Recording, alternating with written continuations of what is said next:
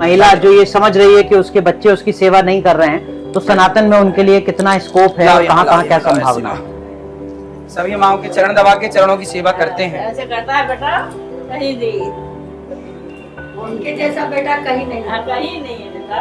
इधर आ जाइए, आप बैठ जाइए, बैठ जाइए। मैं ये बैठ। अम्मा परिवार में और कौन कौन है?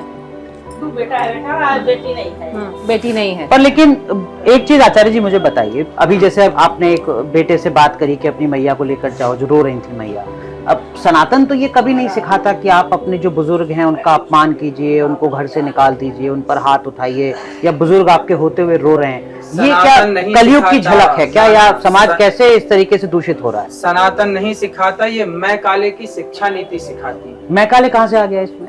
क्यों? भारत में शिक्षा नीति किसने लागू की? मैं काले ने। फिर तो उसने तो लागू की कि गा से गधा पढ़ाओ, उसी तो ने लागू की कि इस तरह की गतिविधि। हमारे यहाँ क्या होता है, हमारे यहाँ वेद में पढ़ाया जाता है मातृ देवो भव, पितृ देवो भव, अतिथि देवो भव, आचार्य देवो भव। आप बताइए किस सिलेबस में ये पाठ है? पहली से लेकर के आप पूरे कॉलेज का पूरा सिलेबस उठाइए, मातृ देवो भव कहाँ पढ़ाया जा रहा है? जब मातृ देवो भव नहीं पढ़ाया जाएगा तो क्या पढ़ाया जाएगा? जब मातृ देवो भव नहीं पढ़ेंगे बच्चे तो फिर माँ के प्रति सम्मान और श्रद्धा कहाँ से आएगी? लेकिन आचार्य जी एक जिज्ञासा मेरे मन में, मैं काले ने ऐसी शिक्षा नीति लागू कर दी जो कि भारतीय शिक्षा से बिल्कुल मैच नहीं करती। हमारे यहाँ वेद पुराण दर्शन जो हमारा विज्ञान था, अब देखिए हमारे यहाँ वैदिक गणित है, वैदिक गणित। आज विज्ञान के पास जो गणित है वो गणित इतनी कारगर नहीं है जितनी वैदिक गणित है। अब देखिए ना, आज के 100 साल पहले भी हमारे वैज्ञानिकों को, मतलब ऋषियों को पता था कि चंद्र ग्रहण कब पड़ेगा, सूर्य ग्रहण कब पड़ेगा।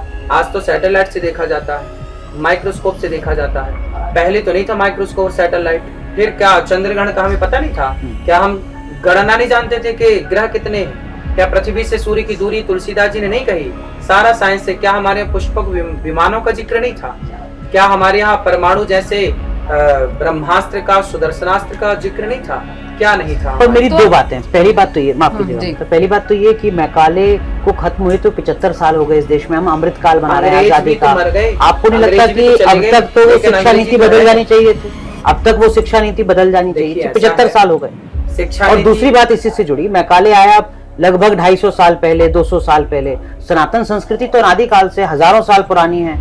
ऐसा कैसे हो गया कि एक व्यक्ति की शिक्षा नीति की वजह से अगले 200-250 साल जो पूरी सनातन की पीढ़ी है वो बर्बाद? अंग्रेजों ने क्या कहा था कि हम देश को गुलामी से आजादी मिल जाएगी, लेकिन जो मानसिक गुलामी है वो आपको 150-200 साल तक करनी ही पड़ेगी, क्योंकि इस तरह की शिक्षा हमारे यहाँ थोप दी गई जो शिक्षा हमारे काम की नहीं। अब बताइए, पहले पढ़ाया जाता था गा गणेश का, अब पढ़ाया जाता है गा गधे का।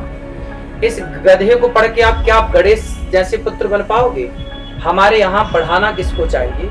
राम के चरित्र को पढ़ाओ तो बच्चे चरित्रवान बनेंगे। आज मैकाले की शिक्षा पाके तो बच्चे लेवन में रहना सीख रहे हैं। लेकिन आचार्य जी यहाँ एक बात मुझे ये अब लेवन में रहते हैं अगर तो किसकी शिक्षा से? मैकाले की। यदि हमारी शिक्षा भारतीय शिक्षा परंपरा से रहते तो राम जैसा चरित्रवान न बनते। हमारे यहाँ राम कैसे बने चरित्रवान? लेकिन तो राम के साथ रावण भी तो आ रहे हैं ना, हमारे पुराण उसके बारे में। मेरी बात सुनिए, अगर आप कह रहे हैं कि ग से गणेश और ग से गधे का अंतर पता नहीं होगा तो कैसे पता चलेगा कि गणेश सर्वोत्तम है? कैसे पता चलेगा कि राम सर्वोपरि है अगर रावण के बारे में जानकारी नहीं होगी? अच्छे और बुरे का फर्क जानने के लिए अच्छा और बुरा दोनों के बारे में पता होना चाहिए। विवेक का काम कहाँ रह गया अगर आप कह रहे हैं कि उसके बारे में जागृति नहीं होनी चाहिए? पता तो होना चाहिए, लेकिन बनना तो राम ही है। बच्चे तो रावण बन रहे हैं, रावण के बारे में भी पता हो, राम के बारे में भी, पर बनना राम है। पक्ष में राम के रहना, ना कि रावण के। तो वो तो विवेक बताएगा ना आचार्य जी आपका। तो विवेक कहाँ से आएगा? मैकाले की शिक्षा से विवेक कहाँ आता? बिनु सत्संग विवेक ना हुई।